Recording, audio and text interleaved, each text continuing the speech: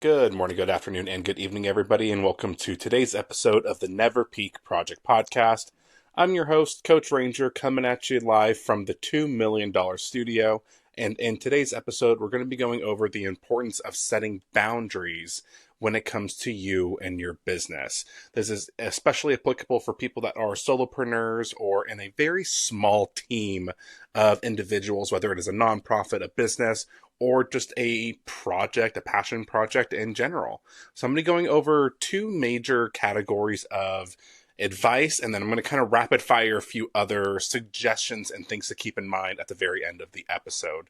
So go ahead, sit back, relax, grab whatever beverage you want, and let's dive in to the importance of setting boundaries when it comes to you, your time, and your energy with life and business. In today's episode, we're going to be going over boundaries in business, how to protect your time, energy, and effort as a solopreneur. Whether you're just starting out or been in the game for a few years, setting clear boundaries is essential for avoiding burnout and creating a sustainable business. We're going to cover the importance of having a mission and vision statement, how that bleeds into the daily activities of your life, and that's going to be covered a little bit more in depth in the lily pads and leap section. And then the last portion we're going to be going into in depth on is the importance of having a metaphor or vision board. Then again, like I mentioned earlier, I'm going to rapid fire a few other suggestions or topics, some tactics that you can use in your life and business to set boundaries. So why are we even talking about boundaries, and why is that important for you as a solopreneur? The reason that we're talking about boundaries today is because since you are your own boss, since you're the only one that is doing the work that needs to be done, really the biggest challenge you're going to face as a solopreneur is not having a built-in structure. It's not having someone to tell you what to do or having systems and processes in place in order to really guide and focus your energy on a day-to-day basis. You are the one that has to make all those decisions for yourself. And something that I bring up pretty regularly is the idea that there are an infinite amount of possibilities, but an extremely finite amount of resources, time, and energy that you can put into your business or whatever endeavor that you're going into. So it's very easy to feel overwhelmed or stressed out, or just really burn out about what it is that you're going to do next or what you're doing on the day-to-day basis. Without boundaries, it's extremely easy to fall into these three major pitfalls. Working all hours of the day with no separation between life and business, saying yes to everything, leaving no time for the actual work that needs to be done, and of course, losing sight of what actually matters for your business and the overall direction that you want to go with your organization. Boundaries and budgeting are very similar. Typically, when people think of boundaries, they think of this big, arduous thing that requires them to kind of be a jerk and say no to a lot of things, thus reducing the amount of possibilities and opportunities they have presented to them. It's the same thing kind of with a budget. People see budgets as these very limiting things that prevent them from spending money or almost punish them for wanting certain things in life. But I think it's the exact opposite. Just like if you look at a budget as more so of a way to give yourself permission to spend as opposed to restricting your spending, setting boundaries isn't so much about restriction as it is about protection. You're having boundaries doesn't stop you from doing things. It allows you to really focus on the things that truly matter to you and what you want to create out of your business and vision for your life. Boundaries really help you stay focused on your mission, prioritize effectively, and prevent burnout. So when it comes to setting boundaries in your life and business, the biggest thing that you want to focus on is the overall mission and vision that you have for the organization.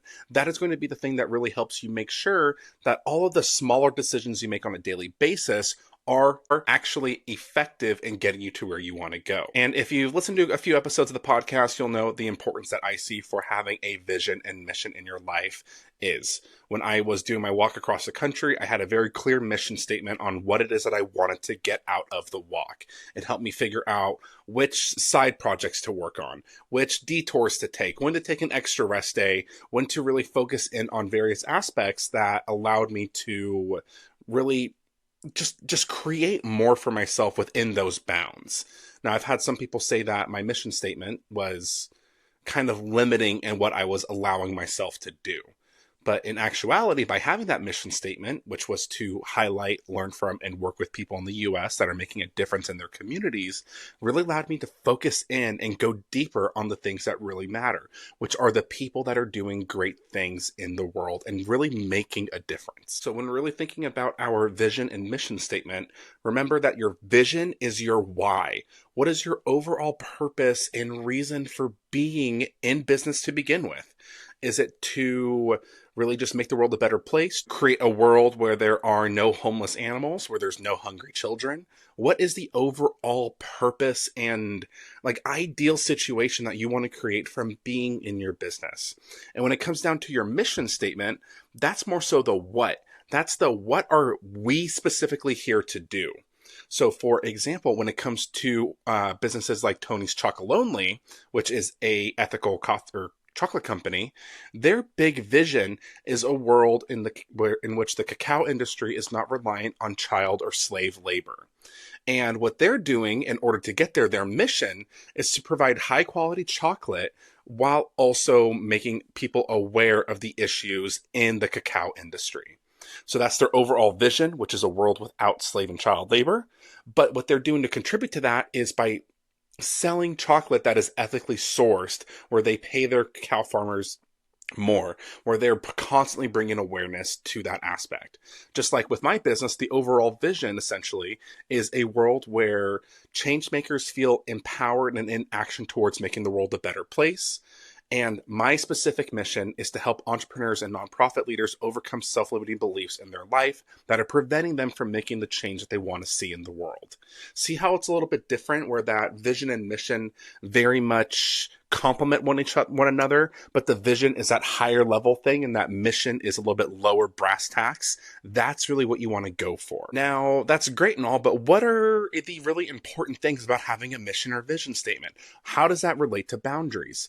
That is the initial bubble that you're going to put around every other opportunity that comes across. Anything that comes across your plate that may or may not actually work towards that vision or mission that you want to focus on. If I am walking across the country and my mission is to highlight, learn from, and work with people in the US that are making a difference in their communities, say that 5 times fast, I'm not going to necessarily focus on hitting every single national park that comes in my way.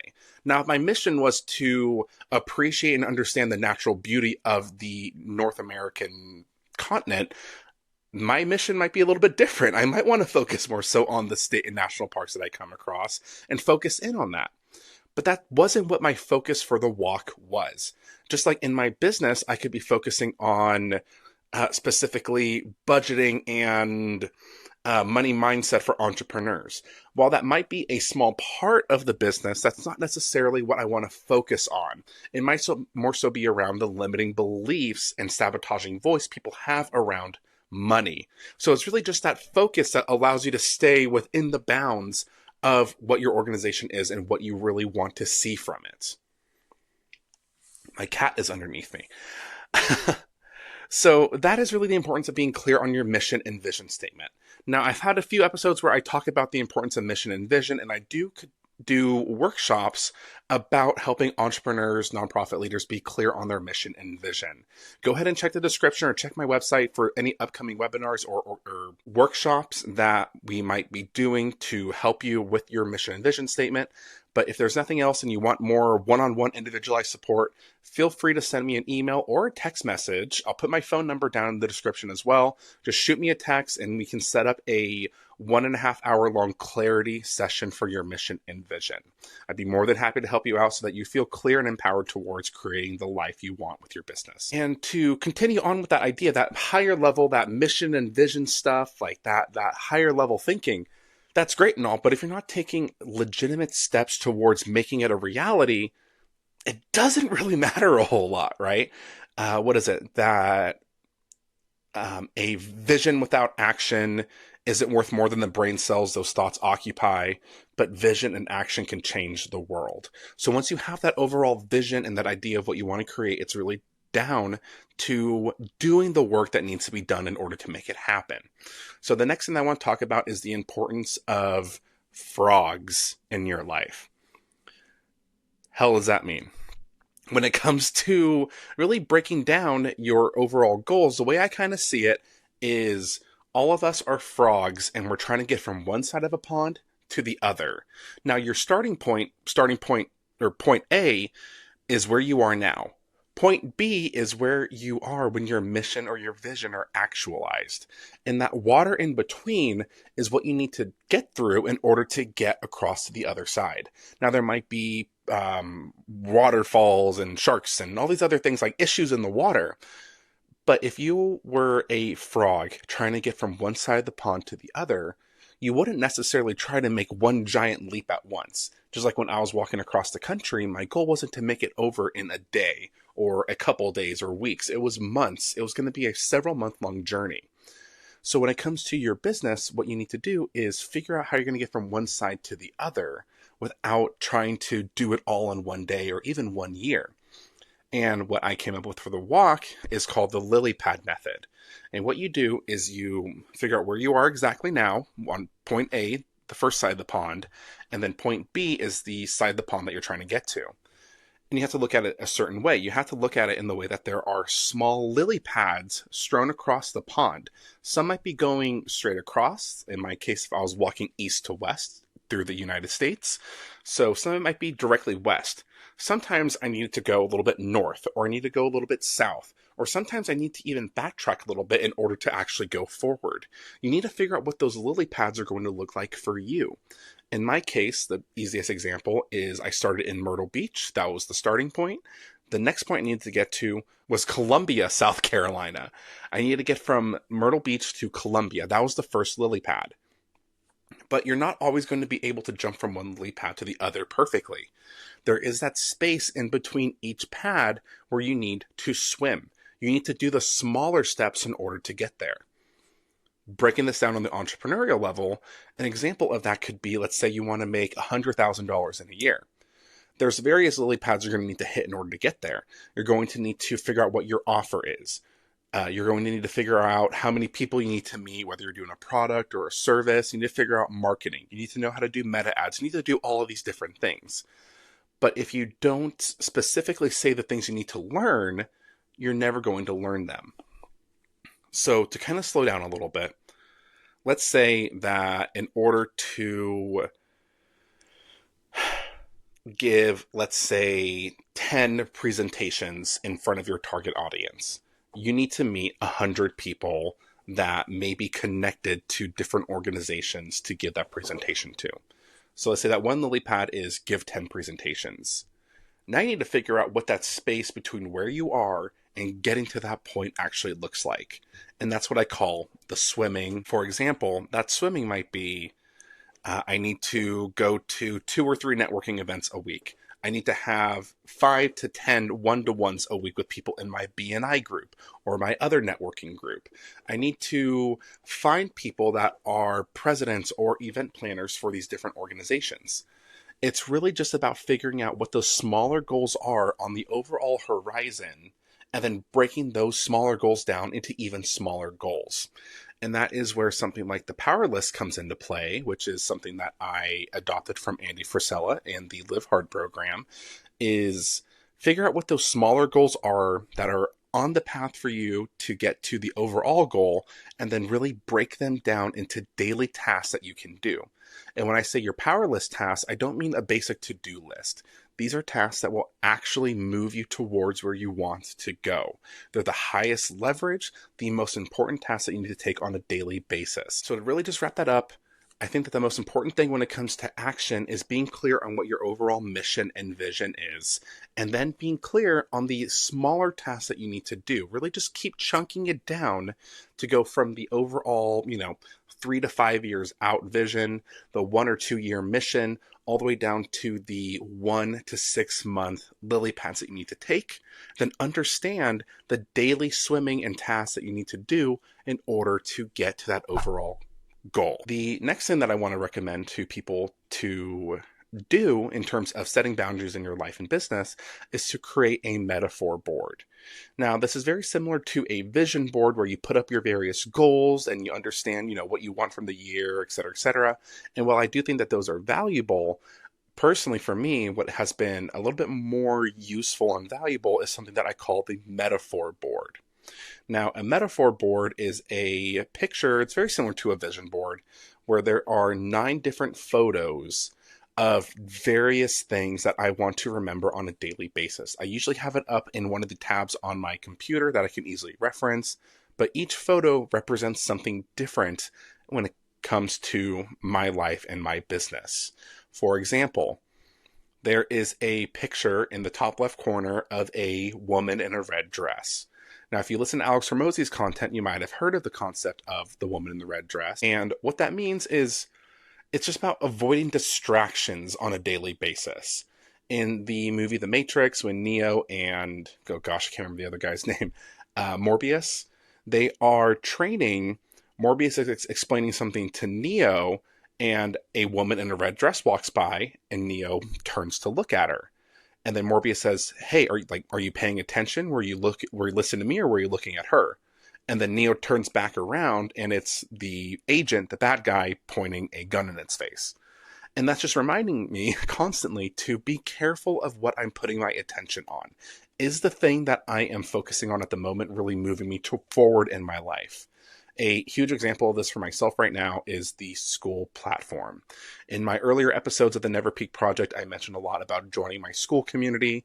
I was putting a lot of time and effort into that, but it really wasn't moving the dial forward. I was spending 1 to 3 hours a day on the platform, trying to learn how to do ads or change my offer or make posts or interact, but that wasn't moving me forward. And I've learned that something more important to put my time into is the podcast, is content creation. By doing those things, it's keeping me more top of mind to people in my network. Instead of focusing on a platform that hasn't gotten me anything in several months of using it and is costing me money every month, it's more important to kind of foster the relationships and spend time doing one-to-ones or other activities that actually move the dial forward. Let's see a few other examples. Another one is the red dye. It's another thing Alex Hormozi talks about, but it's the concept of the multi-sided die. That in your life, you are given a die. Now, a bunch of the sides are red, but only one side is green. Now, your goal is to roll the dice as many times as you possibly can. Every time you get a green, a red side turns green. Your goal is to eventually get the entire die to be green. But you have no idea how many sides you have. You could have 20 sides, you could have 200. And that kind of just talks a little bit about the idea of different privileges or leg ups that each of us have in our life. I probably have a smaller die than somebody else that was born in a different zip code, or maybe I have more than somebody else. And it's really just about reminding yourself that every time you roll the dice and it comes up red, all you have to do is pick it up and try again. If an ad I run doesn't work, great. Learn from it, see what I can do better, pick up that die, and roll again. If I go to a networking meeting and I strike out and somebody, says no to my offer of coaching, fantastic. I got to pick up the die and roll again. That game only stops if I choose not to roll again. So it's just a kind of reminder that this is a game that we're playing. That it's really just about the reps that we're putting in on a daily basis and not so much as a end-all be-all. If the dice comes up red and I lose, that doesn't mean that I myself am a loser or that I have lost the game. It just means that I need to pick it up and try again, and after time and time again, I will have more greens than reds, and it'll be a little bit easier. But a reminder that no matter how many greens I have, there are going to be times that it comes up red. So I could go through all 9 of these, and maybe I'll do another podcast episode where I go over all the images on my metaphor board, or I'll make a post about it on Instagram. But that's just the general idea, is that reminding yourself of these different concepts that are important to you. And I'm a big picture guy, so that might be something good for me, but maybe it might be something like an affirmation board for you.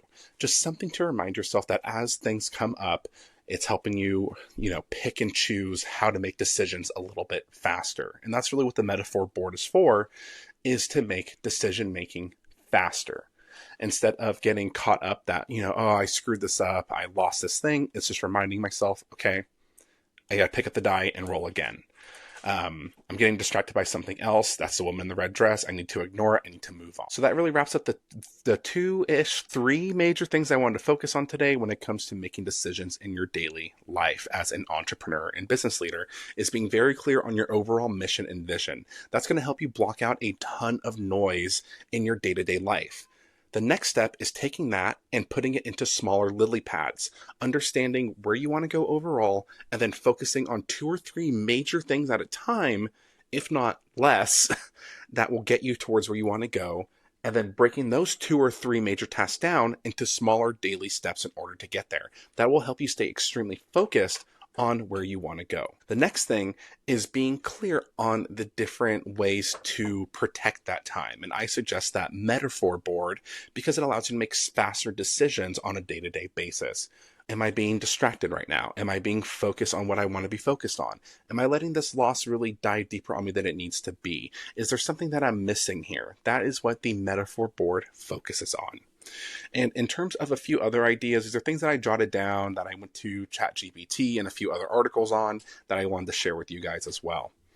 So there is also the idea of time blocking and energy management. You can just kind of set yourself 90-minute tasks. I kind of call giving myself a pot of coffee and 4 hours method, where you have this big task and you just need to get it done. Lock the doors, put your headphones on with or without music, give yourself some coffee, and just focus on this one task. Don't stop until it is done. And it is Parkinson's law. Work expands so as to fill the time available for its completion. If you give a task less time than you think it's going to take, ideally, you will get it done. If you want to give yourself 4 hours to do a task, you'll probably get it done right around 3.5 hours. But if you only give yourself 2 hours and you really focus in on it and you do everything you can to make that happen, you will get it done much faster. So it's kind of just about like utilizing that what did I just call it? Parkinson's law. Is utilizing Parkinson's law to make these bigger tasks into shorter periods. Another thing is saying no with confidence and without extra story. Sometimes people think that when they say no to someone, they are being a jerk, or they are being this or that, or that they're going to take it this way. Sometimes you just need to say no, and that's okay. Kind of referring back to a previous episode we did, and comma, that's okay. Setting communication boundaries. Sometimes you need to have specific office hours for when you're going to be contacting and reaching out to employees, if you have any, people on your team, virtual assistants, etc., or clients. Being clear, hey, I respond to emails. You don't have to make this necessarily public, but just in yourself, I only respond to emails between 8 to 10 a.m. and 5 to 7 p.m. I take my last client at 8 in the afternoon. I take my first one no earlier than 7 a.m. It just makes it very clear on when you yourself are going to be doing certain tasks that may take a lot of time. And it's easier for you to just not be so, I need to respond to this email right now, or I need to do this thing specifically at this exact moment. Their urgency is not your emergency. Automation is another really good one. Finding ways to cut down time. I have seen some other entrepreneurs or podcasters even say that they don't want to use AI technology to make their podcast process easier or more streamlined. They think that it might take away some of the touch points or the authenticity of it. But personally, I do think that by having automation, especially for smaller things like captions or clips, would save you a ton of time to really focus on the higher leverage tasks that you need to do. And instead of paying somebody, $15-20 an hour to cut up clips of your podcast, paying $15-20 a month to have an AI service do it can just save you a ton of time and allow you to focus on those higher leverage tasks. And really, those are the main things that I would focus on in terms of setting boundaries, is being clear on exactly where you're going, what you're doing on a day-to-day basis, the non-negotiable tasks that need to get done, having ways to make decisions a little bit easier, and then being clear on the importance of your time, setting time aside for specific tasks, being able to tune out the world and focus on a specific thing for however long you need in order to get it done, as well as being able to automate or delegate tasks as the need arises. So I know this episode wasn't necessarily about how to communicate your boundaries to people or set them in terms of communicating them with the outside world. It's more so about being extremely clear on what you are trying to do so that you can protect your time, your energy, and your effort so that your business can have the best chance it has to get where you want it to go. If you have any questions, comments, emotional outbursts, please let me know. I am more than happy to kind of add to the dialogue or communication around this topic. This is something that is becoming extremely important for me in my business as I do more and I take on more commitments in my life. So I want to know how it works for you. And as always, if you are needing some extra help in your business in terms of accountability, setting boundaries, or creating a clear vision or mission, please reach out to me. I'd love to work with you no matter what industry you're in or what it is that you're trying to create in the world. Really, the people that I want to work with is the people that want to make a difference in the world. I want to help people create the life that they've always dreamed of. So if you'd like to explore what a coaching relationship would look like with me and how that would look for you, please send me an email at ranger@withinrangecoaching.com. We can set up a free initial strategy session to help you identify the major points that you'd like to focus on in your life, business, or career, and see if a longer-term coaching program would be beneficial for you. As always, thank you so much for your time, attention, and energy. I really appreciate it. And if you think that this episode is valuable, please feel free to share it with somebody in your network that could benefit from understanding the importance of setting boundaries and being clear on what you want to create out of your business. As my constant reminder, remember that the best is yet to come as long as you are willing to make the decision to never settle, never quit, and never peak. I'll see you guys in the next episode.